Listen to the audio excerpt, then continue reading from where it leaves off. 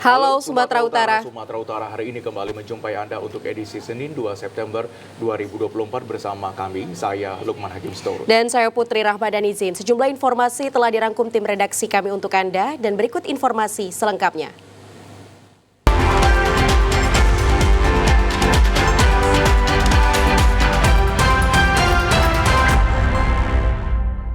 Saudara, Satuan Reskrim Polres Tapanuli Utara akhirnya berhasil mengungkap dan menangkap pelaku pembunuh Wakil Direktur Akademi Perawat Pemkab Taput yang ditemukan meninggal dunia di Asrama Akper pada Jumat lalu.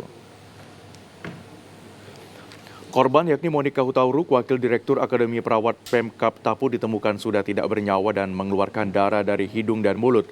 Kapolres Taput AKBP Ernest Sitinjak mengatakan sebelumnya saat korban ditemukan meninggal dunia, pihak keluarga tidak curiga korban meninggal akibat dibunuh dan dianggap meninggal akibat riwayat penyakit jantung dan ditolak untuk dilakukan otopsi. Hingga akhirnya dilakukan otopsi untuk kepentingan penyidikan dan memeriksa sejumlah saksi serta pengembangan hingga akhirnya membuahkan hasil dan menangkap pelaku. Selain berhasil mengamankan satu orang pelaku tunggal inisial BSH, warga Dusun Lumban Rihit, Desa Hutauruk, Hasundutan, Kecamatan Sipaholon juga disita alat yang dipergunakan untuk pelaku menghabisi korban. Sementara itu, pihak kepolisian berdasarkan pengakuan pelaku pembunuh tersebut dilakukan dipicu pertengkaran akibat hutang oleh pelaku kepada korban hingga pelaku tega menghabisi korban dengan menggunakan kabel setrika dan menjerat leher korban hingga meninggal dunia.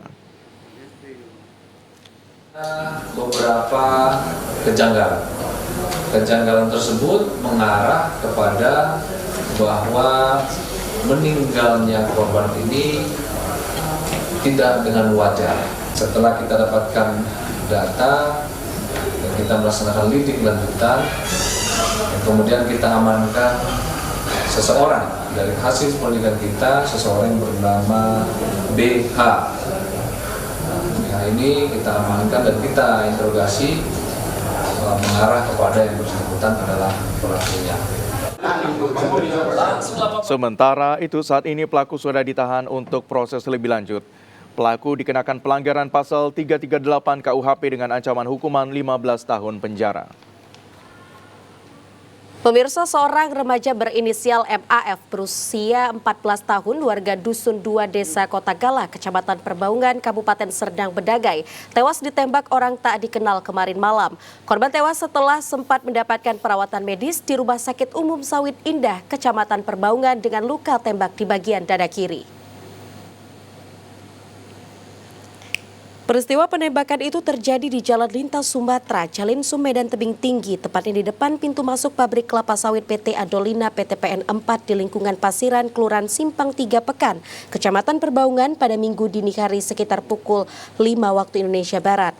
Peristiwa penembakan itu berawal korban yang masih pelajar ini bersama 3 orang temannya yang mengendarai 2 sepeda motor datang dari arah Lubuk Pakam.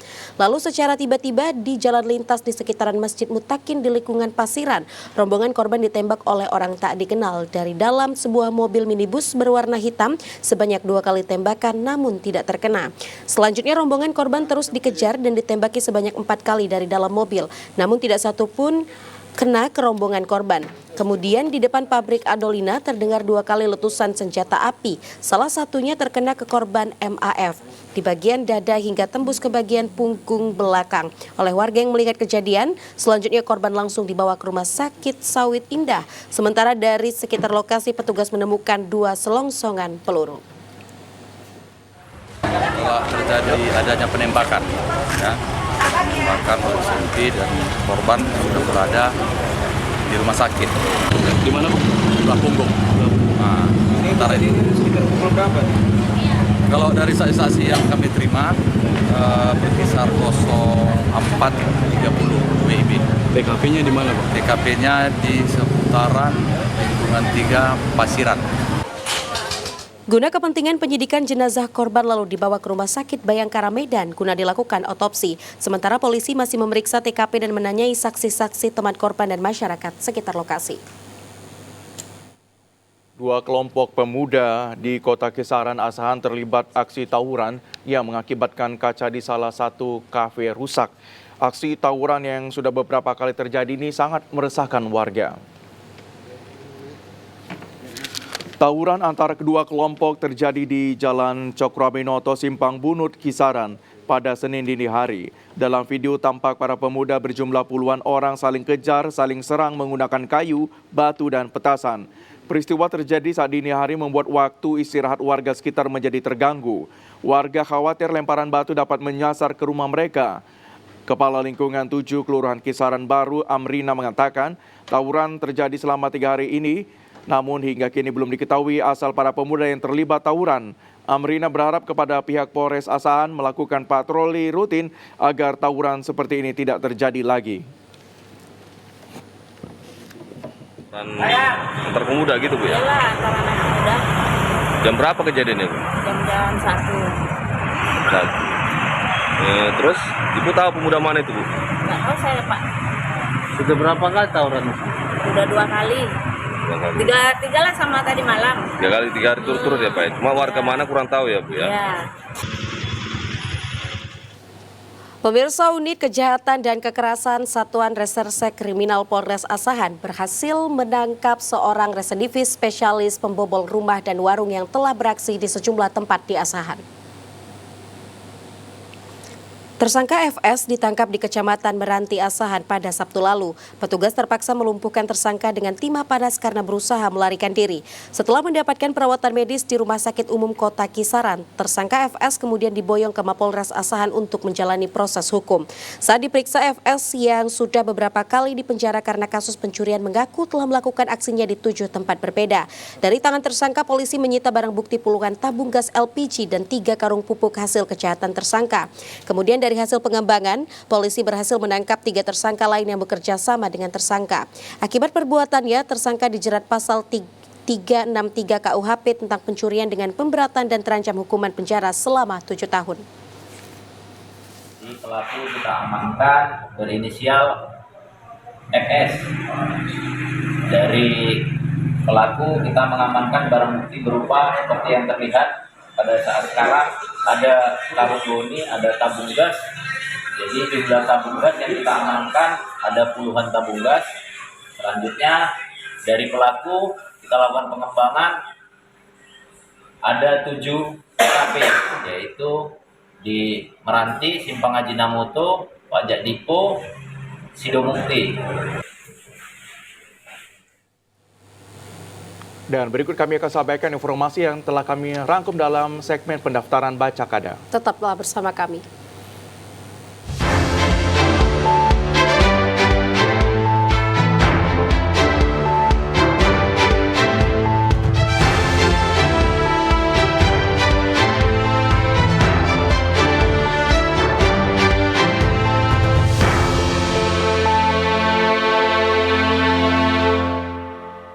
Ya pemirsa, pada hari terakhir tahapan pemeriksaan kesehatan RSUP Adam Malik Medan memeriksa 4 pasangan calon kepala daerah. 1 diantaranya pasangan bakal calon gubernur dan wakil gubernur Sumatera Utara Bobi dan Surya. Keempat pasangan calon kepala daerah yang diperiksa kesehatan diantaranya Kabupaten Simalungun 2 paslon, Pakpak Barat 1 paslon, dan Provinsi Sumut 1 paslon. Direktur RSUP Adam Malik Medan Zainal Safri mengatakan pemeriksaan akan dituntaskan hari ini karena merupakan hari terakhir pemeriksaan kesehatan. Direncanakan hasil pemeriksaan akan diumumkan esok hari dan diserahkan kepada KPU Kabupaten, Kota, dan Provinsi guna melengkapi tahapan pemilu. Meski pemeriksaan Cakada dapat berlangsung selama 2 hari, namun untuk paslon Bobi dan Surya, RS Adam Malik memastikan akan selesai pada hari ini juga. Saya sampaikan kemarin ada yang baru EMG untuk kekuatan otot dan MRI untuk kepala. Itu yang lain hampir sama dengan tahun-tahun sebelumnya. Berapa dokter yang dilibatkan Pak dan berapa jenis pemeriksaannya Pak? Seluruhnya dokter ada 61 dan timnya 139.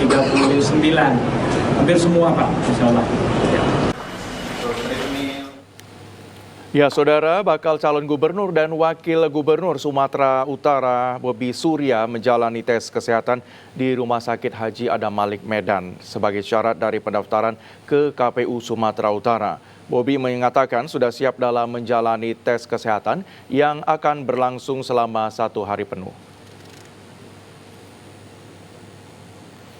Di hari tes kesehatan, Bobi Surya datang menggunakan mobil pribadi ke Rumah Sakit Adam Malik, Medan, Senin pagi. Keduanya disambut oleh Ketua KPU Sumut dan pimpinan dari Rumah Sakit Adam Malik.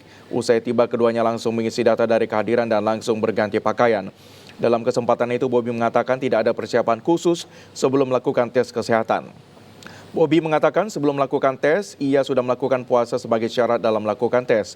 Selain Bobi, bakal calon gubernur lainnya Edi Rahmayadi sudah melakukan tes kesehatan pada Jumat kemarin. Sebelumnya, keduanya sudah mendaftarkan diri ke KPU Sumut sebagai bakal calon gubernur dan wakil gubernur Sumut pada 28 Agustus. Dalam pendaftarannya, Bobi Surya diantar oleh partai pengusung yakni Golkar, Gerindra, PAN, Nasdem, Demokrat, PKB, dan PKS. Bismillahirrahmanirrahim. Hari ini kami mengikuti tahapan dari KPU cek kesehatan. Persiapannya dari malam dan puasa. Karena aturannya diberbeda harus puasa dari jam 8 malam. Kita masih puasa. Terus ini persiapan kita sepatutnya besar. Itu aja. Ada persiapan khusus kesehatan ini masih? Ya. Ya pemirsa, KPU Kabupaten Toba mendampingi 3 bakal paslon calon bupati dan wakil bupati dalam menjalani pemeriksaan kesehatan di Rumah Sakit Umum Haji Adam Malik Medan baru-baru ini. KPUD Kabupaten Toba telah menerima dokumen persyaratan pendaftaran ketiga Bapaslon sesuai tahapan pendaftaran pada Agustus 2024 lalu. Pendaftaran Bapaslon Bupati dan Wakil Bupati Robinson Sitorus dengan pasangannya Tony Simanjuntak, Effendi Napitupulu bersama pasangannya Audi Murpi Sitorus, dan Poltak Sitorus bersama pasangannya Anugrah Puriam Naiburhu. Ketua KPUD Kabupaten Toba, Sugar Fernando Sibarani mengatakan tentang petunjuk teknis pemeriksaan kesehatan, ada 20 kategori pemeriksaan. Bapaslon Bupati, Wakil Bupati Robinson Sitorus dan Tony Simanjuntak sudah menjalani proses pemeriksaan kesehatan di RSU Haji Adam Malik Medan pada Jumat lalu. Untuk pemeriksaan kesehatan di hari Sabtu 31 Agustus 2024 dilaksanakan kepada 2 Bapaslon Bupati Wakil Bupati Effendi Napitupulu, Audi Murpi Sitorus bersama Poltak Sitorus dan juga Anugrah Puriam. Ketua KPUD Kabupaten Toba, Sugar menyebut Bapaslon Bupati dan Wakil Bupati Kabupaten Toba saat ini ketiga pasangan bacalon tersebut telah selesai menjalani pemeriksaan kesehatan dan hasilnya akan diumumkan pada tanggal 3 September 2024. Ya, secara umum tidak ada kendala, bahkan ya mereka mengikuti keseluruhan tahapan pemeriksaan itu, mulai dari pemeriksaan kesehatan fisik, kemudian untuk pemeriksaan narkoba dan juga psikologi. Jadi lancar pelaksanaannya, dan mereka juga sudah menyampaikan konferensi pers tentang di sana, dan tidak ada masalah, tidak ada kendala terkait soal pemeriksaan dimaksud. Memasuki hari terakhir tahapan pemeriksaan kesehatan calon kepala daerah, KPU Sumatera Utara akan mengumumkan hasilnya esok hari. Sebanyak 22 komisi pemilihan umum kabupaten, kota, dan komisi pemilihan umum provinsi Sumatera Utara telah menjalani tahapan pemeriksaan kesehatan calon kepala daerah di Rumah Sakit Umum Pusat Haji Adam Malik Medan. Setidaknya selama sepekan, sebanyak 72 orang calon kepala daerah telah menjalani pemeriksaan kesehatan yang dilaksanakan oleh tim medis Rumah Sakit Adam Malik Medan. Ketua KPU Sumut Agus Arifin mengatakan hasil pemeriksaan kesehatan calon kepala daerah akan diumumkan esok hari bersama dengan pihak Rumah Sakit Adam Malik Medan. Pemeriksaan kesehatan berjalan lancar dan belum ada satupun bakal calon kepala daerah yang bermasalah dalam hal kesehatan. Hari ini adalah hari terakhir untuk pemeriksaan kesehatan, dan di ketentuannya untuk informasi kepada kita semua bahwa paling lama 1 hari setelah pemeriksaan kesehatan di tanggal 3 besok adalah penyampaian hasil pemeriksaan kesehatan oleh tim pemeriksaan kesehatan dari Rumah Sakit Haji Adam Malik Medan. Usai pemeriksaan kesehatan, Komisi Pemilihan Umum akan melakukan verifikasi berkas dan penetapan pasangan calon serta pengundian nomor. Pemirsa, pemilihan daerah Pilkada Kabupaten Karo tidak ada bakal calon petahana. Perebutan suara untuk jabatan Bupati dan Wakil Bupati Karo semakin seru.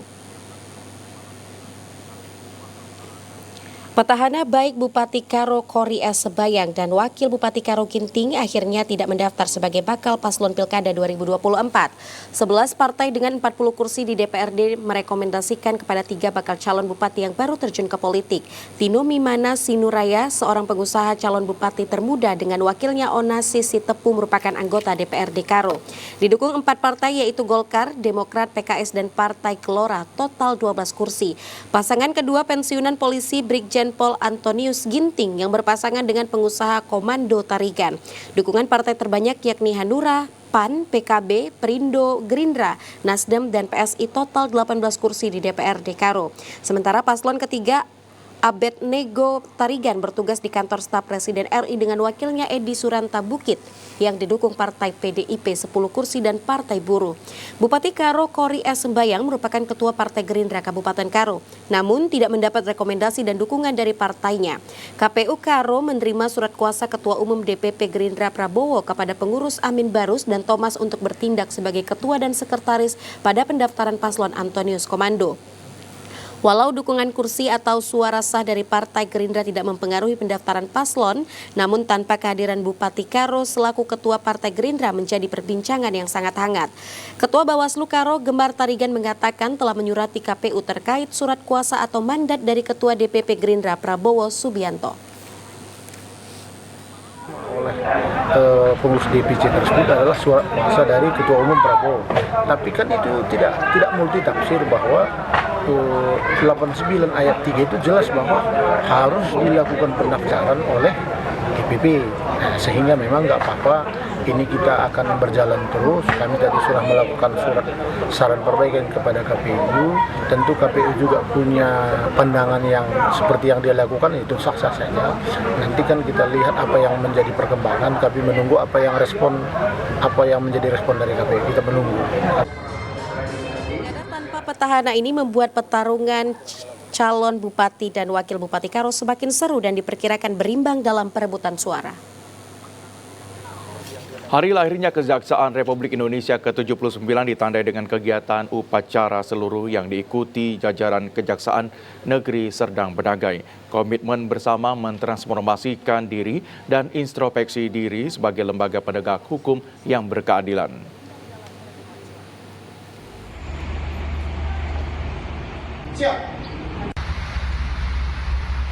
Ginting saat upacara Hari Kejaksaan Republik Indonesia ke-79. Kejari Sergai mengajak untuk memperkuat soliditas dan semangat kebersamaan di kalangan adiaksa, melahirkan 5 pelayanan terbaik yang selalu hadir di tengah masyarakat melalui penegakan hukum yang berkeadilan serta terwujudnya kedaulatan penuntutan dan advokat jeneral. Kepala Kejaksaan Negeri Sergai Rufina Boru Ginting menyampaikan pada 2 September merupakan hari lahirnya Kejaksaan RI yang merupakan momentum melakukan transformasi diri dan introspeksi diri sebagai lembaga kejaksaan penegak hukum yang tidak lupa dengan sejarah yang meletakkan hukum sebagai panglima tertinggi berkeadilan. Oleh sebab itu, setiap komponen bangsa terutama adiaksa yang ada di Kejaksaan Sergai menjaga kekompakan dan solidaritas tinggi demi terwujudnya penegakan hukum yang berkeadilan bagi seluruh bangsa Indonesia. Hari lahir Kejaksaan Republik Indonesia yaitu tanggal 2 September diperingati sebagai momentum melakukan transformasi diri dan introspeksi lembaga kejaksaan menjadi lembaga penegak hukum yang tidak lupa dengan sejarah dan meletakkan dasar yang kuat bahwa Kejaksaan Republik Indonesia lahir bersamaan dengan keberadaan bangsa sebagai panglima hukum negara ini. Ini menjadi momentum untuk menjaga marwah adiaksa yang semakin dipercaya oleh masyarakat. Pemirsa, Haji Abdul Razak Nasution dilantik menjadi Ketua Umum Indonesia Esport Association Provinsi Sumut periode 2024-2029. Pelantikan ini digelar di ruang Diponegoro Hotel Lepolonia, Jalan Sudirman, Medan kemarin.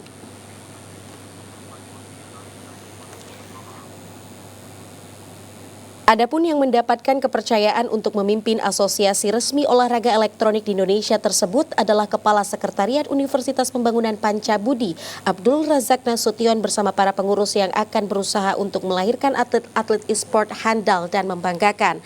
Dilantik Ketua E-Sport Nasional RM Ibnu Riza Pradipta dihadiri Ketua Komite Olahraga Rekreasi Masyarakat Indonesia diwakili Doni Damanik, pengurus IESPA dari 14 kabupaten kota di Sumut. Ketua Umum IESPA Provinsi Sumut Abdul Razak Nasution menyampaikan terima kasih atas dukungan 14 IESPA cabang kabupaten kota sesumut. Pengurus IESPA periode sebelumnya pihaknya akan bersinergi dan menjalin komunikasi yang lebih erat untuk dapat terus mengembangkan organisasi dan ekosistem e-sport di Sumatera Utara. Pengurus IESPA Provinsi Sumut terdiri dari 3 kelompok utama, yakni praktisi pendidikan, aktivis pemuda, dan kelompok ekspor. Pihaknya mengharapkan IESPA di Sumut semakin berkembang hingga ke 33 kabupaten kota, serta akan menyiapkan kalender event yang kontinu sehingga kompetisi di Sumut tidak pernah berhenti untuk membudayakan olahraga dan pengembangan talenta. Sumatera Utara diharapkan jadi juara umum kembali di Festival Olahraga Nasional 2025. Langkah-langkahnya yang pertama jelas kita akan semakin mempopulerkan e-sport sebagai satu olahraga formal kepada seluruh lapisan masyarakat, khususnya kepada generasi pelajar, mahasiswa, dan masyarakat pada umumnya sih sebenarnya. Kita juga mendorong supaya kita menyelenggarakan event-event atau katakanlah kompetisi-kompetisi berbagai tingkatan, mulai dari level kelurahan bahkan mungkin atau kabupaten kota sampai level provinsi, sehingga nanti kita bisa mengirimkan memang atlet-atlet atau pegiat-pegiat olahraga e-sport terbaik yang Sumatera Utara miliki ke Fornas di NTB 2025. Sementara itu, Ketua IESPA Nasional RM Ibnu Riza Pradipta juga mendorong IESPA Provinsi Sumut dapat mempertahankan posisi juara umum Fornas. Ia berharap dapat digelar banyak kejuaraan agar dapat dihasilkan atlet berprestasi. Berharap dengan pengurusan baru dapat memberikan semangat baru untuk lebih meningkatkan pembinaan atlet, serta dapat meningkatkan motivasi diri untuk dapat menorehkan banyak prestasi di level nasional maupun internasional. Saya rasa ini kolaborasi yang luar biasa, sinergitas, soliditasnya juga luar biasa. Ada 3 komponen saya lihat tadi, ada akademisi, ada praktisi, ada aktivis, lalu mereka akan memajukan e-sports di Sumatera Utara, tidak hanya dari segi prestasi, tapi juga dari segi subsektor ekonomi kreatif, karena kita tahu gaming industry ini tidak hanya melulu olahraga, tapi kita sudah bisa menyumbang kepada GDP di Indonesia 4%. Jadi bukan main-main. Pemerintahan yang baru ini akan menjadi program yang prioritas juga, karena ada hilirisasi digital. Jadi kedepannya saya ingin Ketua Rozak dan jajaran lebih lagi mensosialisasi, mengedukasi e-sports di Sumatera Utara. Pembangunan monumen Presiden Joko Widodo terancam mangkrak. Masyarakat Liang Melas Datas LMD Kabupaten Karo menggelar doa bersama dan penggalangan dana. Ratusan warga 6 desa Liang Melas Datas LMD yang berada di 3 kecamatan 3 Binanga, Lau Baleng, dan Kitabulu, Kabupaten Karo, menggelar doa bersama serta penggalangan dana di lokasi Juma Jokowi. Namun 2 bulan terakhir pembangunan mangkrak akibat dana pembangunan kurang dan terhambat. Panitia pembangunan bersama tokoh masyarakat, tokoh agama berdoa agar tetap diberikan kesehatan dan semangat kebersamaan warga LMD serta masyarakat stakeholder yang memperhatikan daerah Liang Melas Datas. Masyarakat Liang Melas Datas berkumpul di Bukit Juma Jokowi dengan hikmat berdoa rencana pembangunan monumen Jokowi selesai sesuai yang direncanakan. Pada kesempatan tersebut menggalang dana dari warga LMD. Monumen juga sebagai rasa syukur atas pembangunan infrastruktur di masa pemerintah Jokowi. Panitia Pembangunan Juma Monumen Jokowi di LMD Adil Sebayang mengatakan, dalam kegiatan ini disampaikan laporan pertanggungjawaban pembangunan masih mendapatkan dana sebesar 550 juta rupiah. Pembangunan lambat sebab material dan pembuatan monumen Presiden belum dibayar. Sementara itu dana yang dibutuhkan mencapai 2,5 miliar rupiah. Panitia berharap kiranya warga LMD, warga Tanah Karo, orang Karo yang ada di Provinsi Sumatera Utara, bahkan orang Karo yang ada di seluruh Indonesia, kiranya dapat mendengarkan kami panitia pembangunan monumen Juma Jokowi.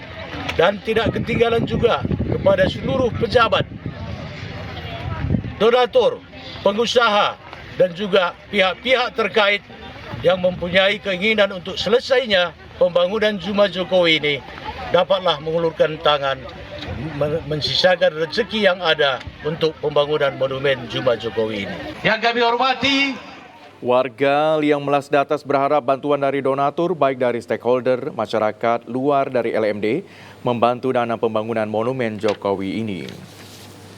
Syukur kepada kami mengharap bantu Tugu Bapak Jokowi. Kami kurang dana. Kami minta kepada Bapak Bobi Nasution, tolong datang kemari Pak, biar kami lihat monumen Juma Jokowi. Ya pemirsa, sejumlah informasi lainnya akan kami hadirkan usai jeda pariwara berikut ini. Tetaplah bersama kami.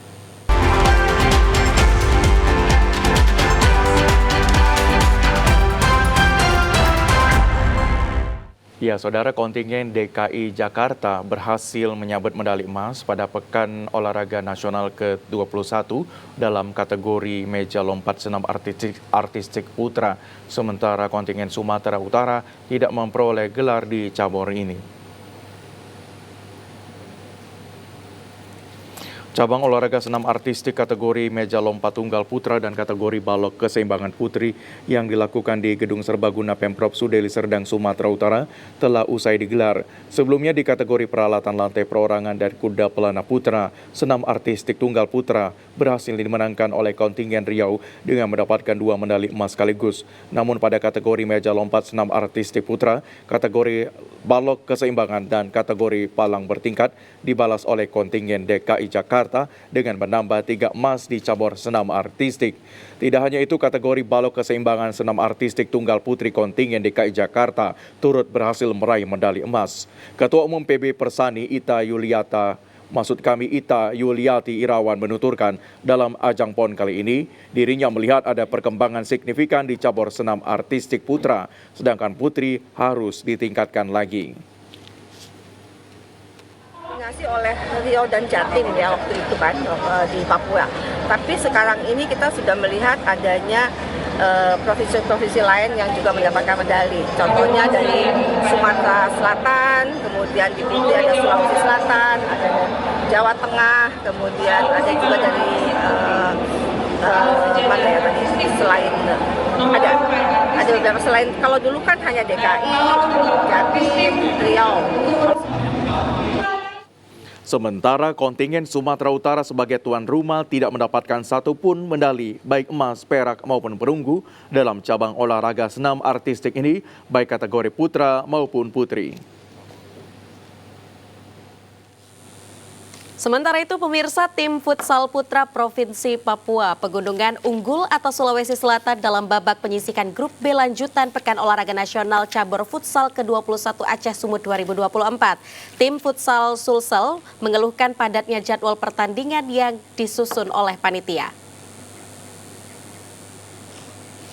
Tim Provinsi Papua Pegunungan dalam cabang olahraga futsal putra berhasil menang dengan skor 3-1 atas Provinsi Sulawesi Selatan dalam babak penyisikan yang berlangsung di Gor Mini Futsal Dispora Pemprov Sumut Deli Serdang. Pada babak pertama, kedua tim tidak bermain agresif tetapi saling memainkan pola permainan satu sama lain. Secara perlahan kedua tim pun menaikkan tempo permainan dengan saling serang. Di babak pertama, Papua Pegunungan berhasil unggul 1-0 atas lawannya Sulawesi Selatan hingga babak pertama berakhir. Pada babak kedua, Sulawesi Selatan pun berhasil menyamakan kedudukan menjadi 1-1. Waktu pertandingan yang berjalan 1 kali 20 menit ini akhirnya dimenangkan Papua Pegunungan dengan skor akhir 3-1. Ya, yang agak memang sangat bikin kami kewalahan adalah dengan jadwal yang cukup padat ya. Kita bermain 4 kali berturut-turut, 3 kali kita main di malam hari, terus kita main pertama di siang hari yang ya cukup menguras tenaga pemain saya juga, tapi ya itulah permainan kita. Kalau dibandingkan sama Papua Pegunungan, mereka 2 kali main, mereka kemarin istirahat, ya itu yang mungkin saya agak sesalkan masalah schedule. Jadi mereka masih bisa punya waktu untuk istirahat, sedangkan kami tidak.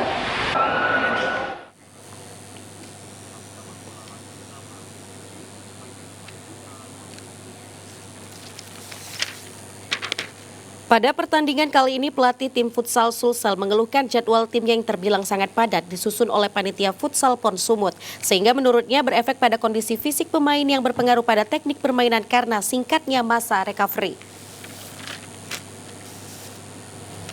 Pertandingan cabang polo air PON ke-21 tahun 2024 Sumut Aceh memasuki laga ketiga di kolam renang Selayang Dispora, Sumatera Utara, Jalan Dr. Mansur Medan pada Minggu sore. Tim Putri Polo Air Jawa Barat unggul pada skor 9 melawan tim Jakarta dengan skor 6. Laga ketiga cabang olahraga akuatik polo air putri pada pertandingan Pekan Olahraga Nasional ke-21 tahun 2024 Aceh Sumatera Utara menjadi sejarah bagi tim polo air putri Jawa Barat memperoleh medali emas setelah menekuk tim Jakarta dengan skor 9-6. Di pertandingan kuarter awal, tim polo air putri Jakarta langsung menguji mental Jawa Barat dengan skor 1-0.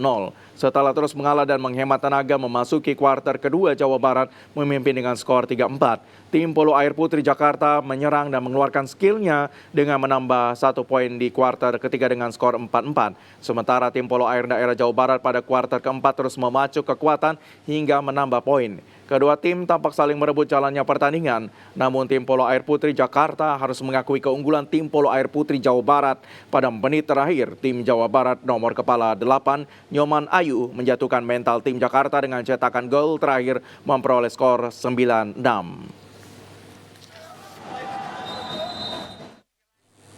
Pemirsa, setelah adu kekuatan dan strategi melawan Jakarta, tim polo air putri Jawa Barat berhasil meraih medali emas pada cabang olahraga polo air putri PON ke-21 tahun 2024 Aceh Sumatera Utara. Skor 9-6 patahkan dominasi Jakarta raih emas polo air putri. Tidak terbantahkan, kekuatan tim polo air putri Jawa Barat dan Jakarta sempat membuat para penonton dan supporter tegang saat laga ketiga berlangsung di kolam renang Selayang Dispora Jalan Dr. Mansur Medan kemarin sore. Usai menunjukkan masing-masing kekuatan dan memperoleh skor 5 sama, pada kuarter keempat tim Jawa Barat terus memacu jalannya pertandingan. Jawa Barat berhasil memimpin pertandingan dengan memperoleh skor 9-6 pada gol terakhir yang ditembakkan Nyoman Ayu dengan nomor kepala 8. Melihat keberhasilan tersebut, para pelatih tim Jawa Barat terjun ke kolam hingga menciptakan suasana haru dalam kemenangan. Tim polo air putri Jawa Barat pun sempat menghampiri sporter hebatnya yang setia untuk mengucapkan terima kasih. Ketua Umum KONI Jawa Barat Muhammad Budiana langsung mengalungkan medali emas kepada seluruh tim Jawa Barat. Memperoleh emas perdananya di PON 2024, Kapten tim Jawa Barat Aena Ailia berharap tim Jawa Barat dapat mempertahankan prestasi ini pada pertandingan ke depannya.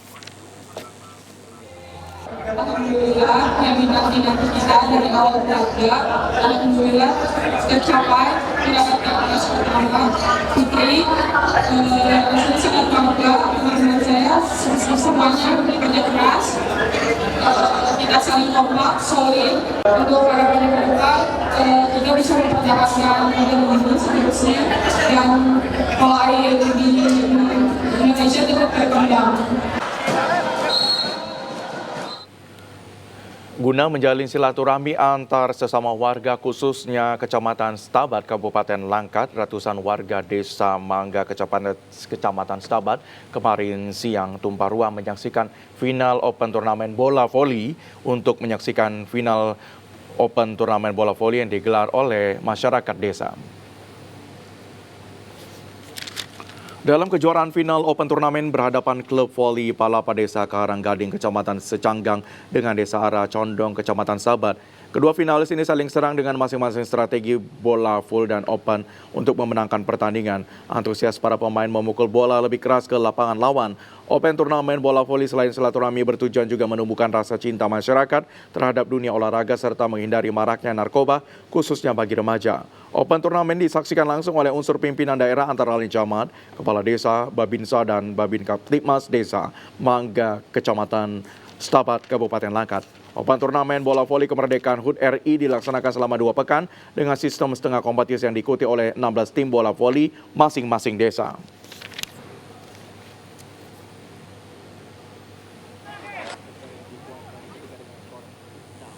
Ya pemirsa, sejumlah informasi lainnya akan kami hadirkan usai jeda pariwara berikut ini. Tetaplah bersama kami.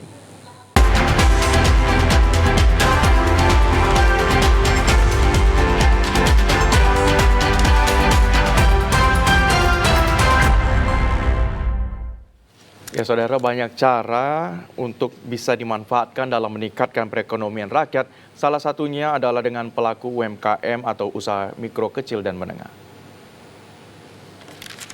Untuk memberdayakan masyarakat agar lebih berani berwirausaha, Dinas Koperasi Usaha Kecil dan Menengah Perdagangan Perindustrian Kabupaten Toba memberdayakan kaum ibu warga yang belum memiliki pekerjaan dan anak putus sekolah melalui pelatihan pewarna alami untuk kain tenun. Tujuannya dari pelatihan itu agar tidak punahnya penenun ulos kain khas Batak. Pelatihan ini akan dilaksanakan selama 3 hari. Salah seorang pelatih pewarna alami ulos, Marnaik Manur, mengatakan melalui pelatihan ini diharapkan kemampuan wawasan para perajin akan bertambah dengan pengembangan usahanya. Untuk mendukung perekonomian, salah satunya pada bidang industri kerajinan tenun ulos dibutuhkan kerja keras. Para pengrajin tenun ulos, pelatihan seperti ini nantinya akan lebih optimis. Hasil karya usaha tenun ulos dapat memiliki daya saing.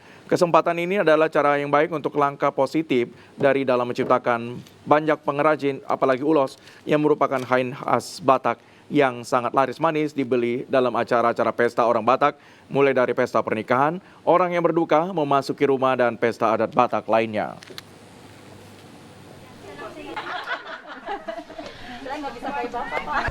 Sangat berkesan ya, menurut saya adalah kenapa kita sangat berkesan ada minat dari para peserta, di mana masyarakat Meat yang kebanyakan 85% penenun, mereka mau dilatih dan antusiasnya mereka juga, mereka banyak kemajuan, bahkan keinginan mereka itu tinggi. Jadi kami dari tim pelatih sangat bangga dengan adanya pelatihan ini membangun daerah Toba. Pemirsa, berikut kami sampaikan informasi perakiraan cuaca di sejumlah daerah di Sumatera Utara dari Badan Meteorologi, Klimatologi, dan Geofisika Wilayah 1 Medan berlaku pada hari Selasa 3 September 2024. Halo Sobat BMKG, kembali bersama saya Enda Paramita, Prakirawan BBMKG Wilayah 1 yang akan menyampaikan info perakiraan cuaca dan hotspot Provinsi Sumatera Utara untuk Selasa 3 September 2024. Pada pagi hari diperkirakan cerah berawan dan berpotensi hujan ringan, di mana hujan ringan terjadi di wilayah Gunung Sitoli, Mandailing Natal, Nias, Nias Barat, Nias Selatan, dan sekitarnya. Untuk siang dan sore hari diperkirakan cerah berawan dan berpotensi hujan ringan di sebagian besar wilayah Sumatera Utara. Untuk malam hari diperkirakan berawan dan berpotensi hujan ringan di wilayah Asahan, Tanjung Balai, Labuhan Batu Utara, Langkat, dan sekitarnya. Untuk dini hari diperkirakan berawan dan berpotensi hujan ringan di Batubara, Labuhan Batu, Mandailing Natal, Nias Selatan, Tapanuli Tengah, dan sekitarnya. Untuk suhu udara berkisar antara 14 hingga 36 derajat Celcius, dengan kelembapan udara 79 hingga 100%. Angin bertiup dari arah tenggara hingga barat daya dengan kecepatan 3 hingga 17 km per jam. Untuk titik panas tidak terpantau di wilayah Sumatera Utara pada tanggal 1 September 2024. Demikian perakiraan yang dapat saya sampaikan. Semoga bermanfaat dan terima kasih. Informasi tadi mengakhiri jumpa kita di Sumatera Utara hari ini. Mewakili kerabat kerja yang bertugas, saya Lukman Hakim Storus. Dan saya Putri Rahmadani Zain pamit undur diri. TVRI, Media Pemersatu Bangsa. Sampai jumpa.